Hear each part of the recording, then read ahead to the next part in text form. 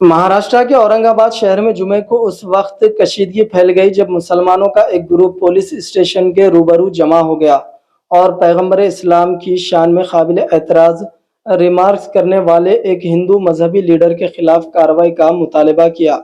मुसलमान बड़ी तादाद में सिटी चौक पुलिस स्टेशन के बाहर जमा हो गए और रामगिरी महाराज के खिलाफ कार्रवाई का मुतालबा किया।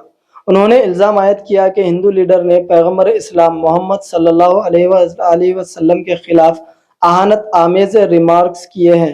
इंस्पेक्टर निर्मला परदेसी ने मुसलमानों को समझाया और उनसे पुरअमन रहने की अपील की।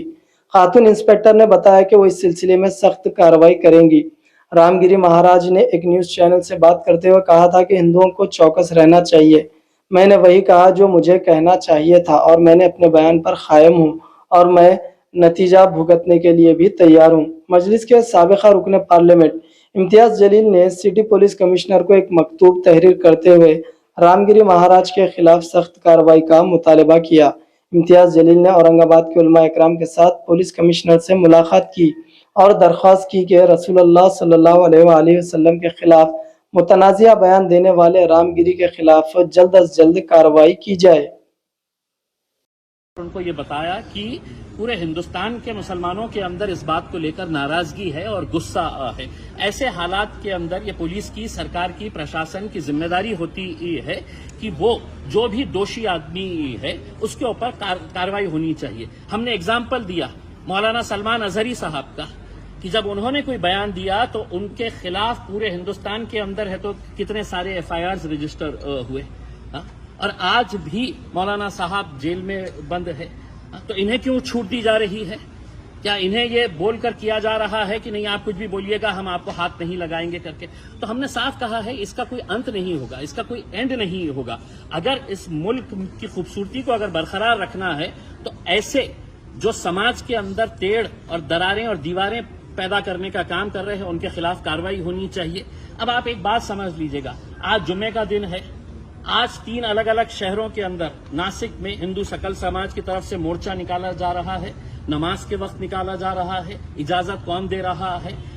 नंदुरबार के अंदर है तो आज जुमे के दिन नमाज के वक्त में आंदोलन किया जा रहा है। अमरावती के अंदर किया जा रहा है। तो ये इजाजत कौन दे रहा है कि जुमे के दिन इस तरह के मामले को? हमने बांग्लादेश में अगर हिंदुओं पर अत्याचार हो रहा है तो ये बात समझ लेना कि वहां पर मुसलमानों के ऊपर भी अत्याचार हो रहा है। हमने दोनों ही हिंदुओं के ऊपर और मुसलमानों के ऊपर जो अत्याचार हो रहा है हमने उसकी निंदा की है।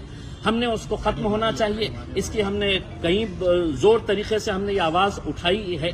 लेकिन वहां पे हो रहा है इसलिए अब नासिक के अंदर दुकानें बंद करवाओ, आप जबरदस्ती वहां पे है तो इस तरह का माहौल तैयार कर रहे हैं। तो हम समझते हैं ये एक सोची समझी साजिश का एक हिस्सा है, एक षड्यंत्र है। और हम तमाम नौजवानों से ये अपील करना चाहेंगे, खास तौर से आपका गुस्सा जायज है, हम इस मुद्दे के ऊपर किसी तरह का कोई कॉम्प्रोमाइज बर्दाश्त नहीं करेंगे। दुनिया का मुसलमान नहीं बर्दाश्त कर सकता है अपने नबी के खिलाफ। लेकिन कहीं ऐसा ना हो जाए कि हम उनकी साजिशों का शिकार हो जाएं। वो साजिश रच इसीलिए रहे हैं कि आप सड़कों के ऊपर आए, आपने कहीं ना कहीं से आप शुरुआत करें। तो मैं तमाम नौजवानों से अपील करना चाहूंगा कि आपके गुस्से को काबू में रखते हुए हमारे उलमाए दीन जो भी हमें फैसला देंगे हम उसको कबूल करेंगे, उसको मानेंगे, इनका जो भी फैसला होगा और इनकी रहनुमाई के अंदर हमें आगे जो भी करना है हम करेंगे। आज इस ताल्लुक से सतारा के अंदर FIR रजिस्टर हो चुकी है। सतारा पुलिस स्टेशन के अंदर जहां जहां पर भी FIR रजिस्टर होगी, सुप्रीम कोर्ट का गाइडलाइंस है कि इनको सबको क्लब किया जाता है और वो क्लब करके हमने ये कहा है कि किसी एक पुलिस स्टेशन में भी FIR रजिस्टर हो गई है, इनको क्लब करके आप उसके ऊपर कार्रवाई करनी चाहिए। दूसरा हमने एक मेमोरेंडम ये दिए है कि कई महीनों से ऐसे वेबसाइट चलाए जा रहे हैं जो इस्लाम के बिल्कुल खिलाफ है। इतनी घटिया और घिनौनी बातें तस्वीरों के साथ वहां पर हमने वो पूरे वेबसाइट की डिटेल्स दिए हैं। 2 महीना पहले ये वेबसाइट की डिटेल्स एक मेमोरेंडम के तौर के ऊपर यहां पर पुलिस स्टेशन के अंदर जमा की जा चुकी है, उसका इनवर्ड है। हमने वो कॉपी दिया और उनको ये कहा कि एक वेबसाइट के ऊपर है तो आप एक्शन लीजिए ताकि दूसरों को ये सबक मिले कि आप किसी दूसरे धर्म के बारे में इस तरह के वेबसाइट्स बना के वहां पे किस तरह की अश्लील बातें की जा रही है, इसके ऊपर भी कार्रवाई करना। पुलिस कमिश्नर साहब ने आश्वासन दिए है कि मैं हर तरीके से जो भी मुद्दा हमने उठाया है उन्होंने हमें सहकार्य करने का, एक्शन लेने का उन्होंने भरोसा दिलाया। बोलते की शहरात मोर्चे काढताय, नाशिक, अमरावती, नंदुरबार, हिंदू आक्रोश मोर्चाबाबत तुम्ही हिंदू आक्रोश मोर्चाबाबत म्हणताय, आणि थोडं खुलून सांगा ना त्याबाबत काय हे सगळं आहे म्हणजे नाशिक नाही, आज काय आहे की आम्हाला हे सगळं काही करतं।